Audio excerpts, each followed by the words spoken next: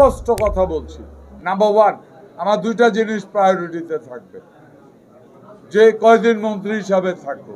এক, আমার priority Comilla division প্রতিষ্ঠা করা।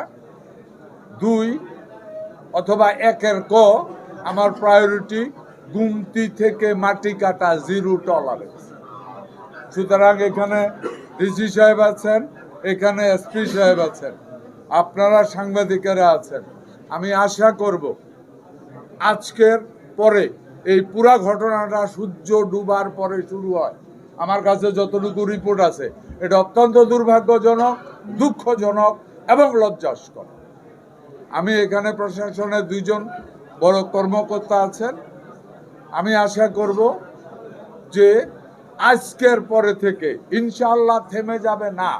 আজকের পরে থেকে এক ফোঁটা মাটিও গুমতি থেকে কেউ কাটতে পারবে না। কুমিল্লার প্রশাসন এই ব্যাপারে জোরালো ভূমিকা রাখবে, এটা আমি আশা করি এবং আপনাদের সহযোগিতা চাই।